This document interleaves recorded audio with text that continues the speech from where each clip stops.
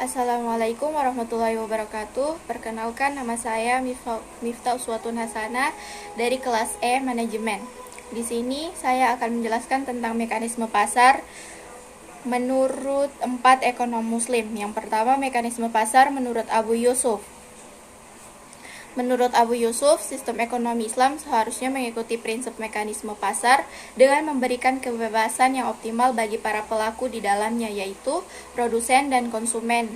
Dalam konsep ekonomi Islam, penentuan harga dilakukan oleh kekuatan-kekuatan pasar, yaitu kekuatan permintaan dan kekuatan penawaran.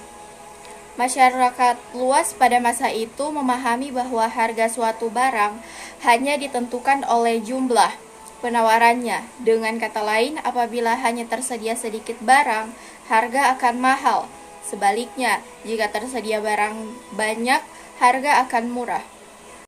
Yang kedua, menurut Al-Ghazali. Dalam pandangan Al-Ghazali, pasar harus berfungsi berdasarkan etika dan moral para pelakunya.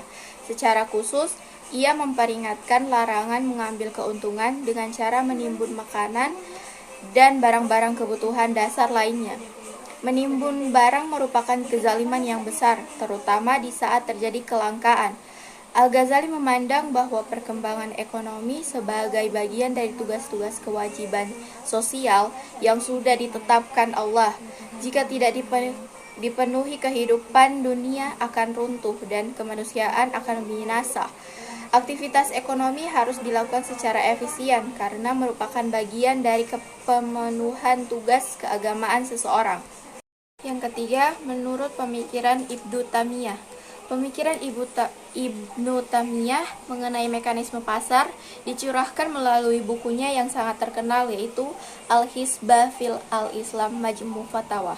Pandangan Ibnu Taimiyah mengenai hal ini sebenarnya berfokus pada masalah pergerakan harga yang terjadi pada waktu itu, tetapi ia letakkan dalam kerangka mekanisme pasar. Ibnu Taimiyah berpendapat bahwa kenaikan harga tidak selalu disebabkan oleh ketidakadilan dari para pedagang dan penjual. Sebagaimana banyak dipahami orang pada waktu itu, ia menunjukkan bahwa harga merupakan hasil interaksi hukum permintaan penawaran yang berbentuk karena berbagai faktor yang kompleks. Kemudian yang terakhir, yang keempat, yaitu mekanisme pasar menurut pemikiran Ibnu Khaldun. Menurutnya, jika suatu kota berkembang dan jumlah penduduknya semakin banyak, harga barang-barang pokok akan menurun, sedangkan harga barang mewah akan menaik. Adapun harga barang mewah akan naik sejalan dengan meningkatnya gaya hidup yang mengakibatkan peningkatan permintaan barang mewah. Sekian dari saya. Wassalamualaikum warahmatullahi wabarakatuh.